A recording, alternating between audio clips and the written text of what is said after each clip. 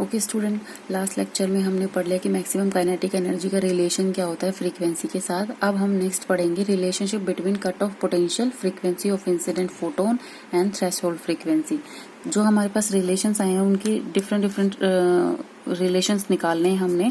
कि जो फर्स्ट हमारे पास आया है काइनेटिक एनर्जी, जो काइनेटिक एनर्जी जो होती है मैक्सिमम, वो किसके बराबर होती है? H nu minus work function. ठीक है, अब हम इसको लिख सकते हैं काइनेटिक एनर्जी को। मैंने आपको बताया कि मैक्सिमम काइनेटिक एनर्जी को कैसे लिख सकते हैं, h nu minus phi naught को हम एनर्जी उसकी फ्रीक्वेंसी की फॉर्म में लिख सकते हैं, जो कि हमारी एच न्यू नॉट ली जाती है। जो न्यू नॉट होती है इसमें क्या होती है? Threshold frequency. तो ये एक हमारा रिलेशन आ गया है फर्स्ट काइनेटिक एनर्जी का।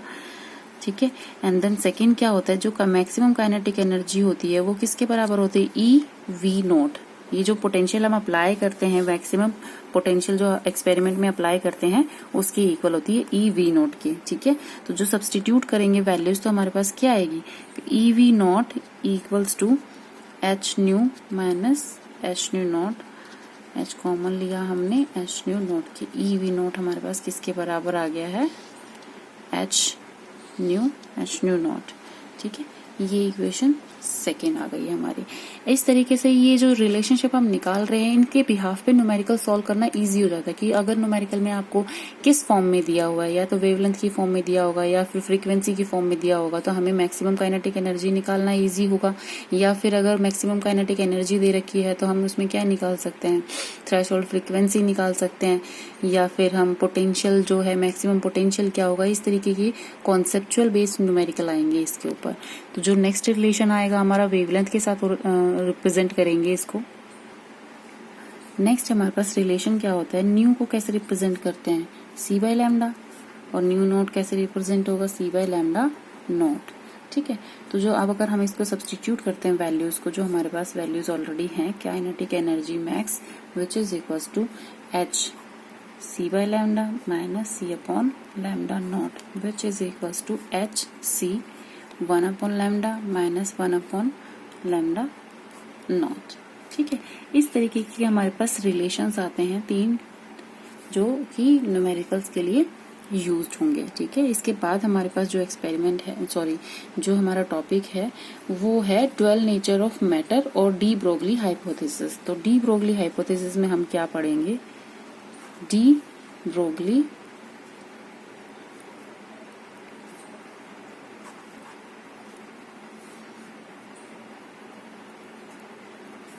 डी ब्रोगली हाइपोथेसिस में हम पढ़ेंगे कि the universe is composed of radiations and matter since the radiations have dual nature on the basis of symmetry of nature of de Broglie A moving particle must also possess a dual nature. मतलब कि एक moving particle जो होता है वो dual nature show करता है। Firstly हमने तो मान लिया कि जो लाइट है वो डुअल नेचर को शो करती है। इंस्टेंटली हमने इनिशियली हमने ये पढ़ा है कि जो लाइट है वो डुअल नेचर को शो करती है, वेव नेचर भी और पार्टिकल नेचर भी। अब डी ब्रोगली की हाइपोथेसिस में क्या है कि कोई भी मूविंग पार्टिकल होगा, कोई भी मूविंग पार्टिकल किसी वेलोसिटी के साथ अगर मूव कर रहा है तो वो जो मूविंग पार्टिकल है वो भी डुअल नेचर शो करेगा। डी ब्रोगली हाइपोथेसिस में क्या है कि according to de Broglie a moving material particle sometimes act as a wave और sometimes act as a particle. मतलब कि अगर कोई वेलोसिटी, किसी वेलोसिटी के साथ कोई पार्टिकल मूव कर रहा है तो वो भी वेव नेचर को भी शो करेगा और पार्टिकल नेचर को भी शो करेगा। इसी का एक अनदर फॉर्म है a moving particle is associated with a wave called matter wave और de Broglie wave whose wavelength called de Broglie wavelength. ठीक है, अगर कोई मूविंग पार्टिकल है तो उसकी वेवलेंथ को डिफाइन कैसे किया है कि उसका एक रिलेशनशिप दिया था डी ब्रोगली ने, lambda equals to h upon m v. तो उसकी वेवलेंथ बता दी, तो मतलब वो एक वेव की तरह बिहेव कर रहा है कि अगर उसकी वेवलेंथ ही डिफाइन करना है, अगर उसकी वेवलेंथ ही डिफाइन कर दी इस मूविंग पार्टिकल की, तो दैट मीन्स कि वो एक वेव की तरह ट्रीट कर रहा है।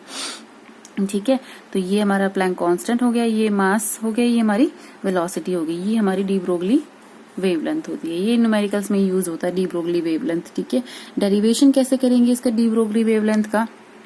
फर्स्ट हमने इक्वेशन ले ली कि जो एनर्जी ऑफ द फोटोन होती है, फोटोन की एनर्जी क्या है? हमने ऑलरेडी अभी पढ़ा हुआ है कि फोटोन की एनर्जी हमारे पास क्या है? एच न्यू, ये हमारी इक्वेशन हो गई फर्स्ट, ये इक्वेशन हो गई हमारी सेकंड। और आइंस्टीन इक्वेशन के अकॉर्डिंग ई हमारे पास क्या आता है, आइंस्टीन इक्वेशन जो मास कन्वर्जन होता है ना आइंस्टीन की इक्वेशन, वो हमारे पास क्या होती है, E equals to m c square. ये हमारी हो गई इक्वेशन थर्ड। तो first second equation and third equation को हम इक्वलाइज करेंगे तो m c square equals to H nu, that means m equals to H nu by c square, h nu by c square. ठीक है, ये हमारे पास ठीक है, ये हमारे पास रिलेशन आया m equals to H nu by c square. ठीक है, ये हमारे पास हमारा फोटोन का मास आ गया मान ले, क्योंकि हम कंसीडर इसमें क्या कर रहे हैं, फोटोन को कंसीडर कर रहे हैं। तो हमने पढ़ा था कि फोटोन मूविंग, अगर फोटोन है मतलब फोटोन अगर किसी वेलोसिटी के साथ मूव कर रहा है तो उसका कुछ ना कुछ मोमेंटम होता है, p। उसका मोमेंटम हमने डिफाइन कैसे किया था, मास इंटू वेलोसिटी। मास इसका हमारे पास क्या आ गया, H nu upon C square.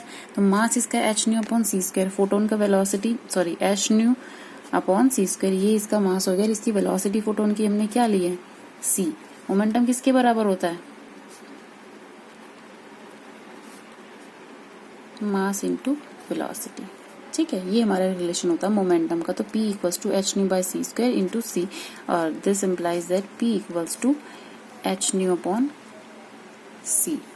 ठीक है, तो ये हमारे पास रिलेशन आ गया है। इसी को अगर हम वेवलेंथ की फॉर्म में लिखना चाहें तो हमारे पास क्या लिखा जाएगा, एच न्यू, एच बाय सी, न्यू को अगर हम लिखना चाहें तो न्यू के क्या होता है, सी बाय लैम्डा।